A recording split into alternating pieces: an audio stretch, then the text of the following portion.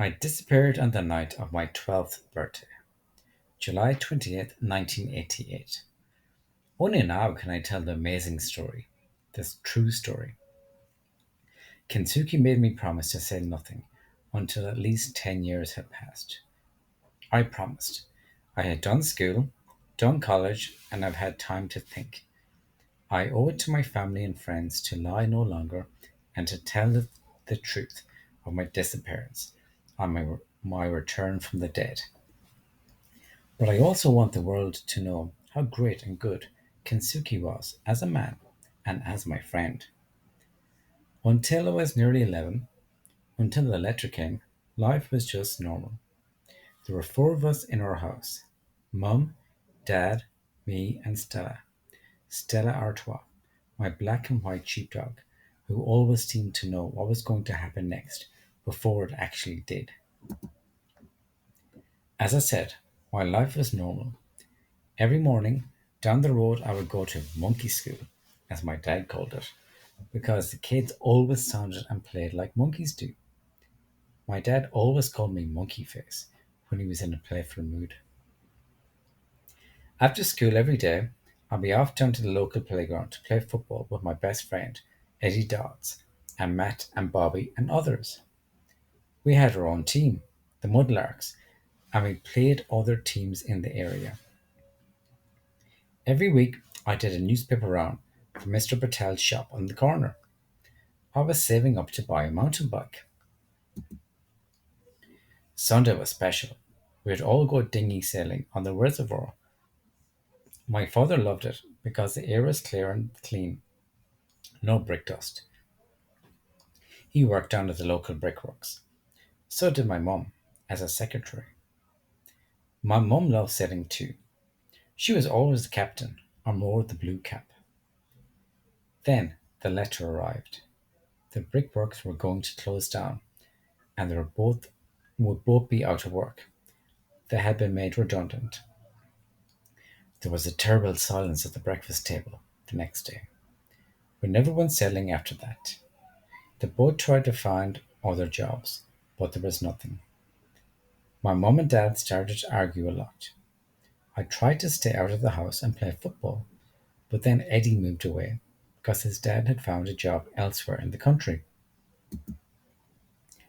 Football just wasn't the same without him, and the Mudlarks disbanded.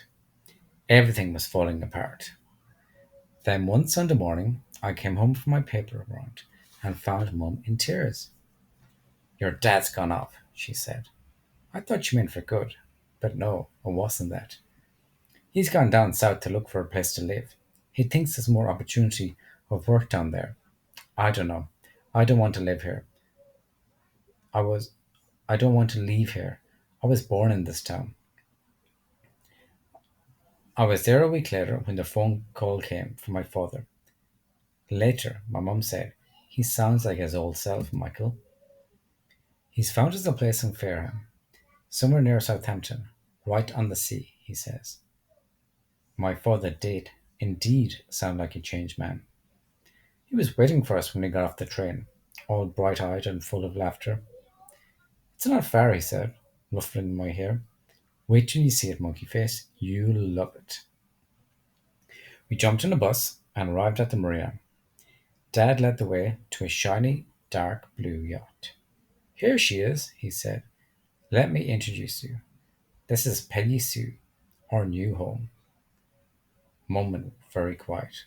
She didn't shout at her, just listened as I drank a cup of tea in the galley. Wasn't a sudden decision, you know, Dad said, sipping his tea. I've been thinking about this for a long time. If I hadn't lost my job, I'd never have done it. What do we like most? Sailing, right? Wouldn't it be wonderful, I thought, if you could just take off and sail round the world? Other people have done it. Blue water sailing, they call it. We looked at him, dumbstruck. Like I said, it was a dream at first, but then I thought, why not? We've got a little bit of money. I sold the car. We've got our redundancy money and a little bit saved up. I thought we could do something really special, a once in a lifetime thing. Sail around the world. Africa, South America, Australia, the Pacific. We could see the places we've only ever dreamed of. Dad paused for a breath. Neither Mum nor I said a word. I know what you're thinking, he went on. You're thinking we've only ever sailed a dinghy on the reservoir. But I've thought it all through. We're going to do 6 months training, then we'll be away for a year or 18 months, just as long as the money lasts. Mum, you'll do your yacht master's certificate. You'll be skipper. I'll be first mate and handyman. Michael, you'll be the ship's boy. And Stella, she can be the ship's cat. We'll train. We'll get to know the boat. She's 42 foot. Bowman, best make, best design, safest there is. 6 months' time, we'll be off round the world. What do you think? Excellent, I sighed. And that was exactly what I thought. And I'll be skipper? Mum asked. Aye, aye, Captain. My father laughed and gave her a salute. What about Michael's school? Mum asked. I've thought about that. I went to the local school and they will lend us all the books he needs. I'll teach him. You'll teach him, but he'll learn more from all the countries we'll we'll visit than he could if he went to that school there, Dad replied. All right, Mum said, let's do it. And the decision was made. Everybody warned us against it.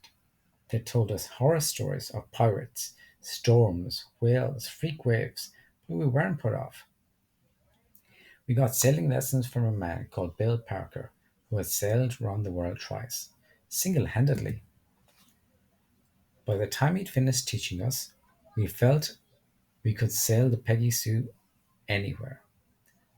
Mum studied hard to get her yachtmaster's certificate, and on September 10th, 1987, we were ready to set sail. I know the date because I have the logbook in front of me as I write. Eddie Dodds and his dad came to see us off, and just before we left, he threw me a football. Lucky mascot, he shouted as we pulled away. As we sailed past the Olive White, we all went silent. We were off, round the world. It was real, really real.